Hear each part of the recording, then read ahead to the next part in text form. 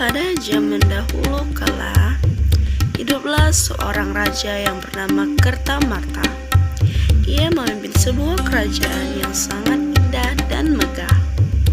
Kerajaan tersebut adalah kerajaan yang bernama Daha. Raja Kertamarta mempunyai dua orang putri cantik, yaitu Dewi Galuh dan Chandra Kirana. Kehidupan mereka sangat bahagia serta sangat berkecukupan. Hingga pada suatu hari, Dewi Chandra dan Dewi Galuh, Dewi Chandra serta Chandra Kirana adalah sepasang saudara yang memiliki kehidupan yang sangat bahagia dan serta sangat berkecukupan. Hingga pada suatu hari datanglah seorang pangeran tampan dari kerajaan Kahuripan. Pangeran tersebut bernama Raden Inukertapati. Kedatangan pangeran ke kerajaan Daha adalah untuk melamar salah satu putri sang raja, yaitu Chandra Kirana. Kedatangan dan maksud pangeran sangat disambut baik oleh Raja Kertamarta. Putri Chandra Kirana pun menerima Pangeran Raden Inukertapati. Karena pertunangan itulah membuat Dewi Galuh merasa sangat iri. Ia menaruh hati pada Raden Inukertapati dan merasa dirinya yang lebih cocok untuk menjadi tunangannya.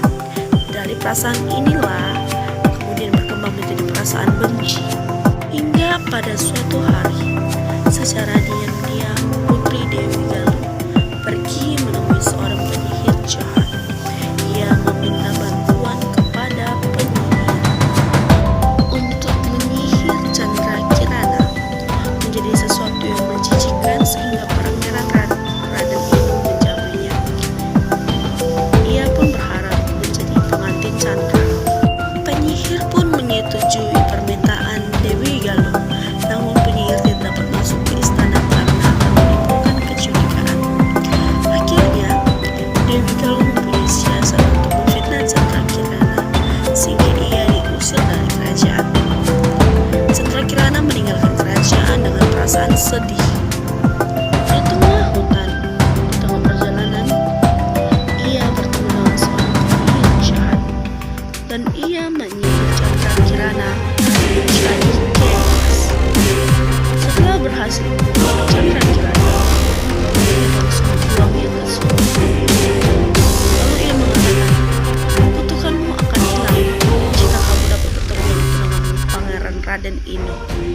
Hingga pada suatu hari, seorang nenek sedang mencari ikan dengan menggunakan jala. Akhirnya, keong emas pun ikut tersangkut oleh jala tersebut.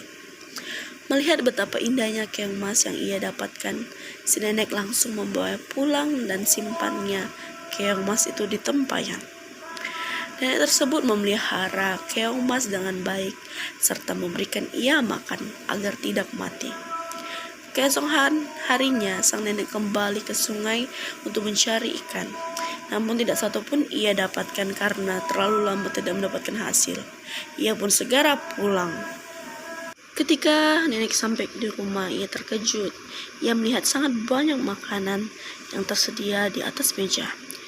Begitu juga hingga hari-hari berikutnya. Sehingga nenek sangat penasaran. Sang nenek memutuskan untuk pergi ke laut.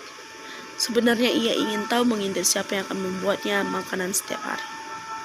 Sang nenek sangat terkejut melihat keong emas yang simpan tempayan berubah menjadi seorang gadis cantik jelita. Gadis cantik tersebut langsung menyiapkan makanan di atas meja. Karena rasa penasarannya, sang nenek langsung menghampiri gadis cantik tersebut. Lalu ia berkata, "Siapa kamu, putri yang cantik? Dan dari mana asalmu?"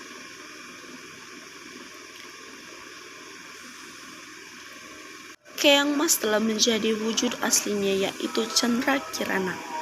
Sangat terkejut melihat kedatangan sang nenek, yang akhirnya tiba-tiba Chandra Kirana menjelaskan ia siapa sebenarnya dan menceritakan kenapa ia berubah menjadi keong emas. Setelah menjelaskan kepada sang nenek, Chandra Kirana pun kembali menjadi wujud menjadi keong emas. Hingga pada akhirnya Pangeran Raden terus mencari Putri Candrakirana yang mendadak hilang entah kemana.